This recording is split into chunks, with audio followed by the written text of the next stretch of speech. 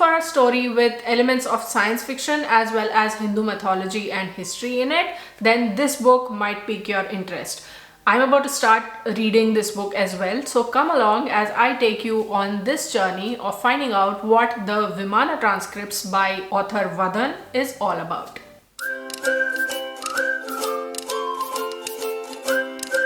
Hello people, this is Sonali, the Melodramatic Bookworm. If you've been here before, welcome back, and if you're new to my channel, welcome to the Melodramatic Bookworm family. Also welcome to a brand new reading vlog in which I'm reading this super intriguing book called The Vimana Transcripts by author Vadhan.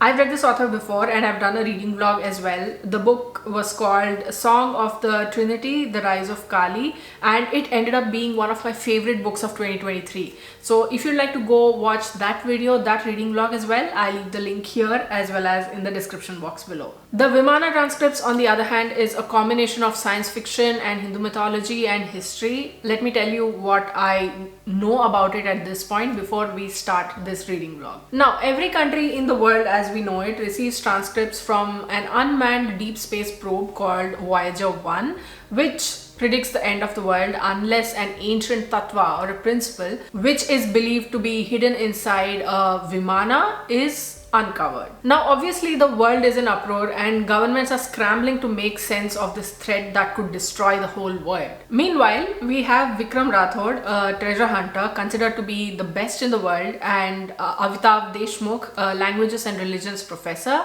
two candidates from two very different angles who will try to find the ancient Indian temple under which this tattva could be buried. Now how will Vikram or Avitav or both find this tattva? Can humankind be saved? That forms this entire story. Listen, I got excited at that gist, at that summary when I first read it, and just telling you about it has me excited all over again. So before I spontaneously combust, let's get right into this reading vlog and come along with me as I read the Vimana Transcripts by author Vadhan.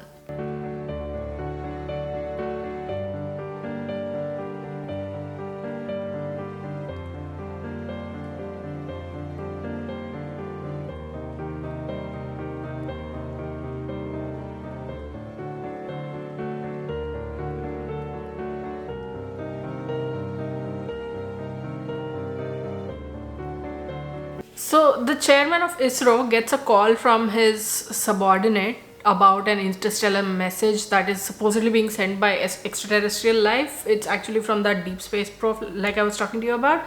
But when he hears this, his first instinct is to laugh at the notion. I mean, I get it and I believe that alien life exists. But if someone told me that in real life, my first instinct, my knee-jerk reaction would be to laugh. And only then would I sort of sit back, relax, think about it objectively and consider it seriously. It's only chapter 2 and Manju has had it with Veda. Like he says, Veda, what kind of a fool do you take me for? Don't you think I can make out the difference? Yeah, Veda is being a tad too cautious and weighing the options a tad too much. Like, stop before you get punched in the face, my dude. And the way Manju throws up his hands at the PM wanting a man of science in religion is really so funny to me, because he's so exasperated, as he rightly points out. Religion? Great. Let's start with the ones having the largest ashrams. They are the ones in jail. This man's skepticism about religion is probably well warranted. So the ISRO authorities are obviously summoned by the Prime Minister and they are off to brief him, and a whole back and forth ensues. And when the head of RAW or someone from RAW brings up the growing threat of private players hiring specialists to decode the transcripts for some hidden treasure, Veda is stupefied that, and I quote, someone could reduce the first alien message in recorded history to a treasure hunt. Like, I agree with Veda though, because humanity's greed knows no bounds. It will stop at no red line.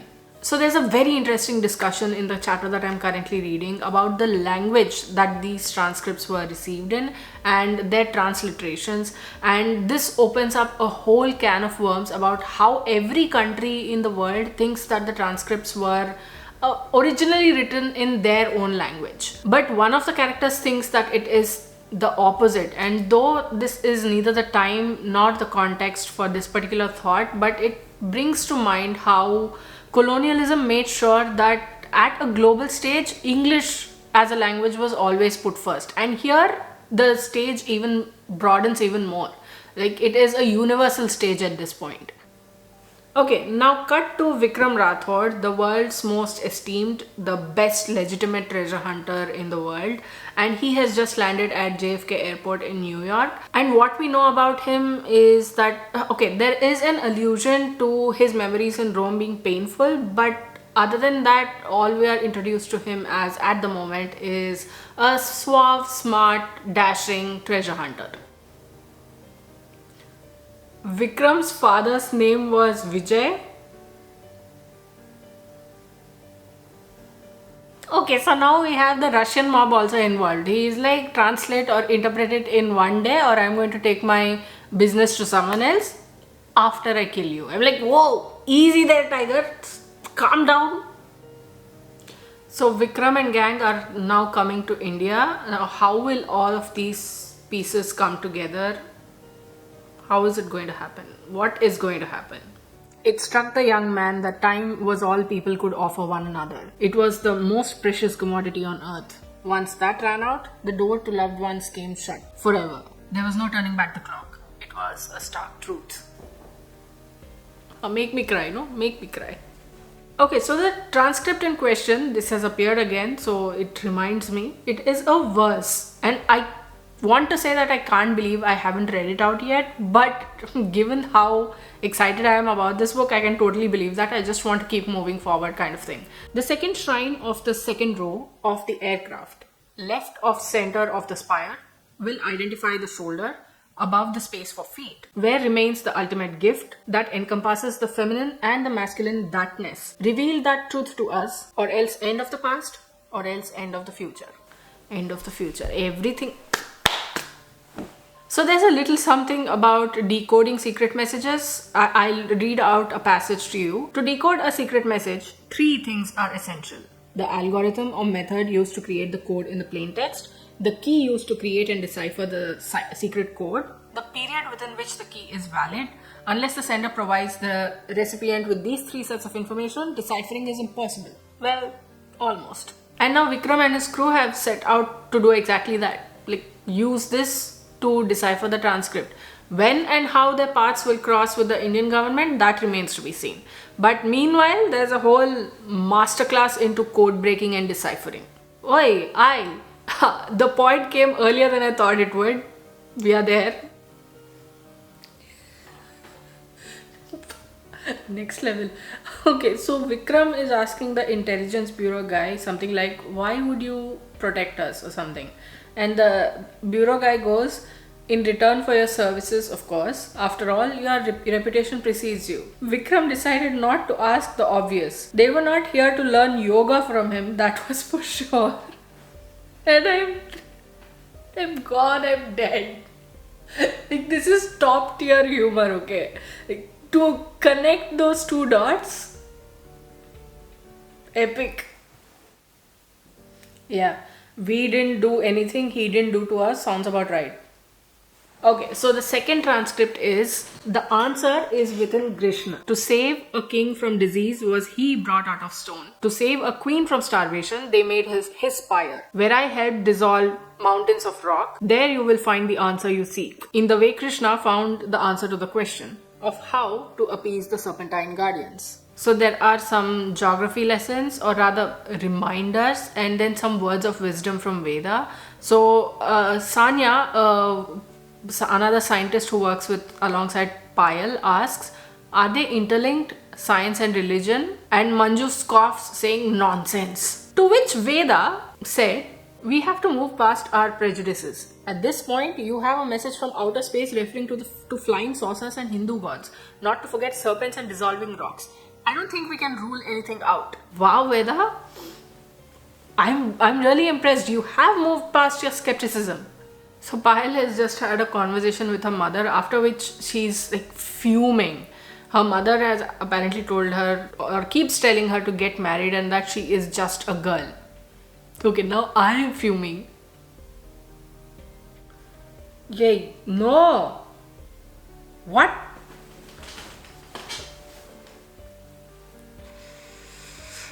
See, my question is, why is the Indian Intelligence Bureau lacking in security? How did this happen? So Vic is trying to decipher the transcript and he has this thought. Where did the line of thought lead? And then, to Vic, nowhere.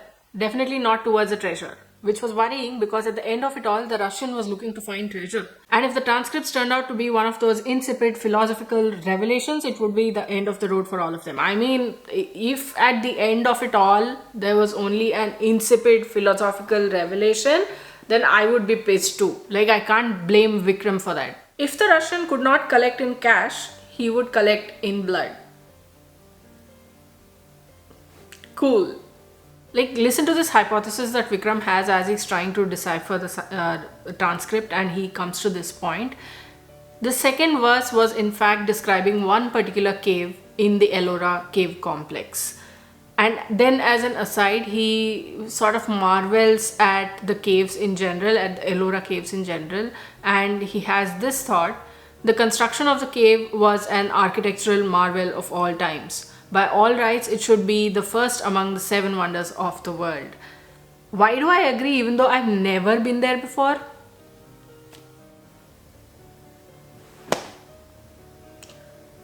Bro just rolled his eyes when a woman asked him what the pill he was offering was.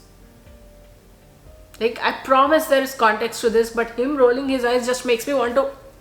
And then he goes, Payal, I don't know you well enough to say this, but you must trust me. Bro, when you're the one asking for the trust, you can't start that sentence by I don't know you but. I mean, what a character, man, this fellow is. Oh, that pill makes sense now. Oh, nice. I mean, smart guy, but he has a very weird way of going about things. Going over the events to find clues about where Vikram is? Yes, absolutely need. But when did he become Vicky to you, babes? Huh? I mean, I'm not judging, totally not, but also we are working with other countries, but not at the cost of our own security. We cannot allow them to take over the investigation or control it. We cannot have anyone holding India or the world to ransom. Pretty much how countries work, and the author has shrunk this whole concept into these 3 sentences. Okay, my camera's battery is dying, so I'm just going to go put it on charge, come back and read again.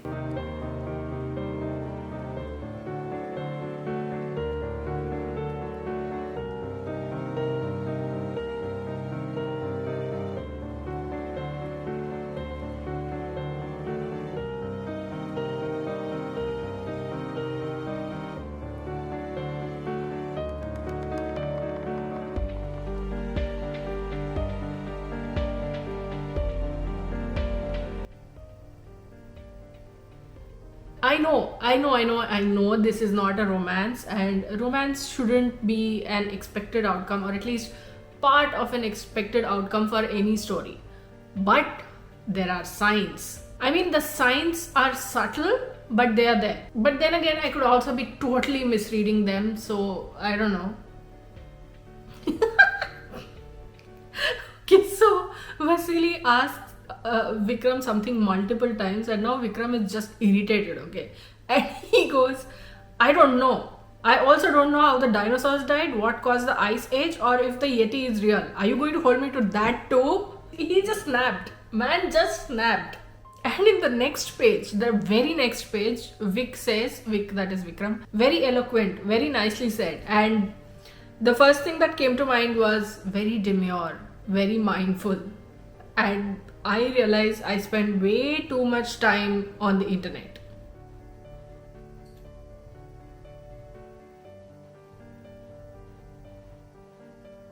What just happened? Live by the gun, die by the gun. Okay, something's happened that's just jump kicked my interest in this book from here to here.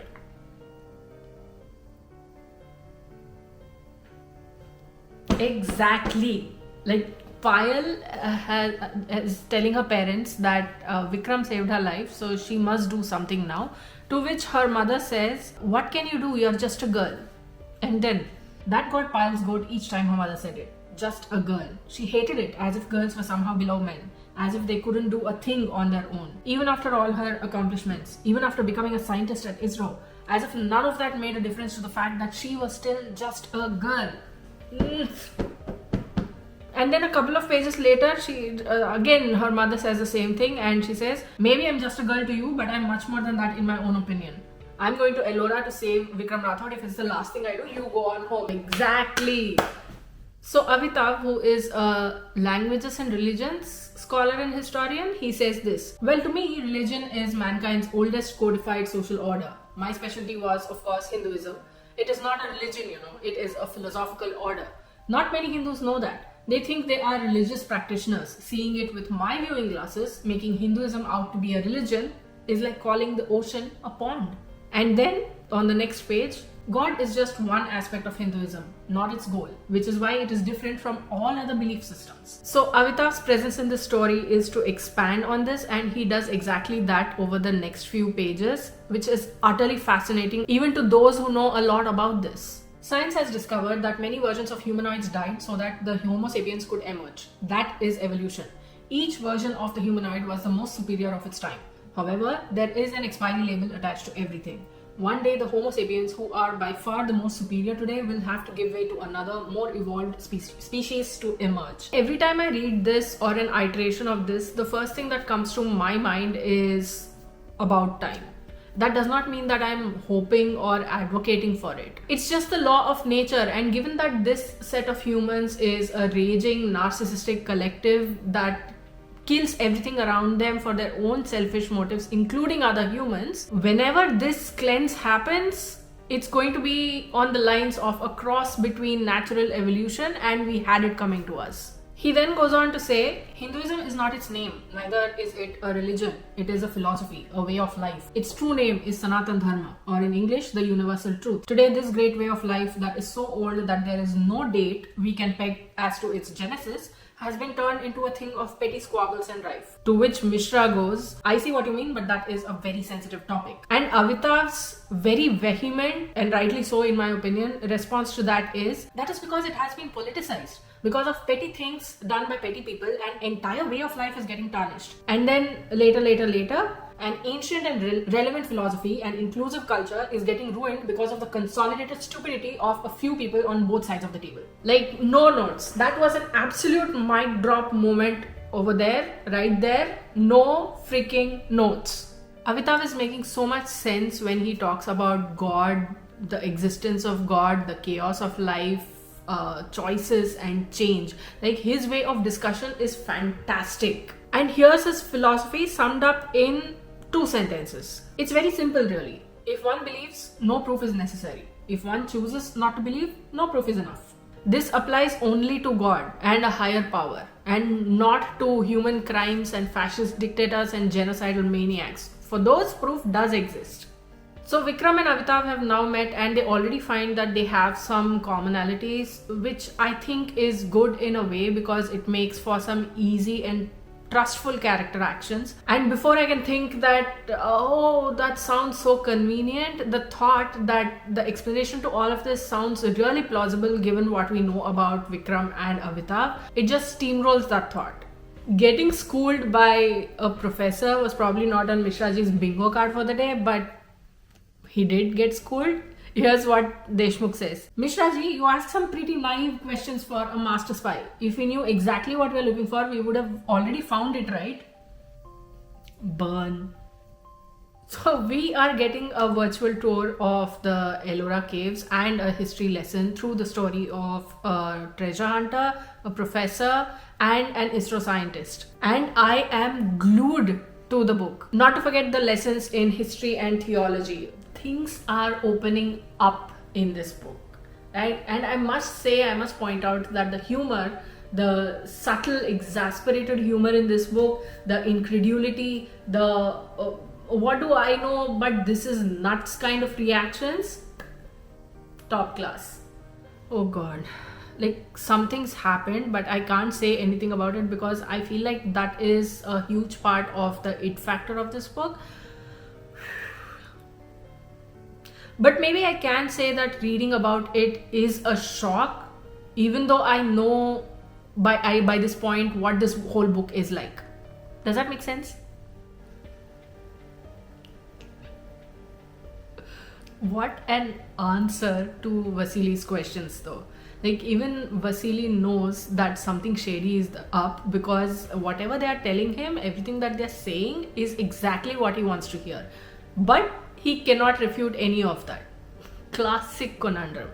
Okay, so I'm at 43% right now, and it looks very much like I will be finishing the book today. I just can't stop reading it. But I am going to take a break right now. I'm going to go freshen up, change into something comfortable, then come back, sit down, settle down, and hopefully finish this book. So I read for a bit last night, and by the time I made to film some updates, I was so wiped out that I decided to postpone it. I mean, it hurts just a little bit that I wasn't able to read when I thought I would be able to finish the whole book. But it's okay. What's more important is the reading. And boy, do I have some reading updates for you. Yes, I knew it. I totally knew it. I mean, it wasn't top secret or anything, but I'll still be smug about it. Thank you very much. But it was only 50% right. So then there's the drama on the universal level and the drama on the personal level, and both of these are connected in a way that is nothing short of impressive. And I can't explain more because explaining more would mean spoilers, and we all know how much I hate spoilers. So I put down my Kindle after the last chapter ended to take a breath sort of, and when I picked it back up, the new chapter started with, "So here we are," said Deshmukh, his lion's eyes studying his colleagues as if he was considering whether they were friends or lunch. And the giggle I let out, it was more like the happy bleat of a lamb, which is sort of ironic when you come to think of it. So the professor dispenses some knowledge by sharing the history of a few Indian temples, which is as fascinating to me as it is to Payal. And best believe I'm going to go and read up more about those temples. Will I remember everything on one read? Absolutely not. Will I still make the effort? Yes. So now things are crawling forward on the universal drama level as well as the personal drama level. So at one point, one of the characters asks a question, "Okay, you have me, now what?" And I'm like, same question, bro. Look, I didn't sign up to have a conversation about creation versus evolution, but here we are. And through all of this, the professor even manages to make me question a lot of the things that I believe to be true as well as false, like on both sides of the spectrum. And I'm here all going like... So I finished part 1 on a cliffhanger, and I really wanted to end the reading day over here, but I knew I wouldn't be able to sleep if I didn't know what happened after that, what revelations were going to come, because part 2 is literally called the Revelations. After that, I don't know if it was my sleepiness or that this actually happened, but to be very honest, the speed of the story flagged a little and it sort of became a little repetitive. And then we had some proper Bollywood style action that sort of left me breathless, and it was on the lines of Singham and Rowdy Rathore, which was pretty great in my opinion. So it was at this point that I realized I really needed to sleep, and I promptly did, which is a rarity in itself. And today we went out for some coffee and then some grocery shopping, and obviously I took the book along.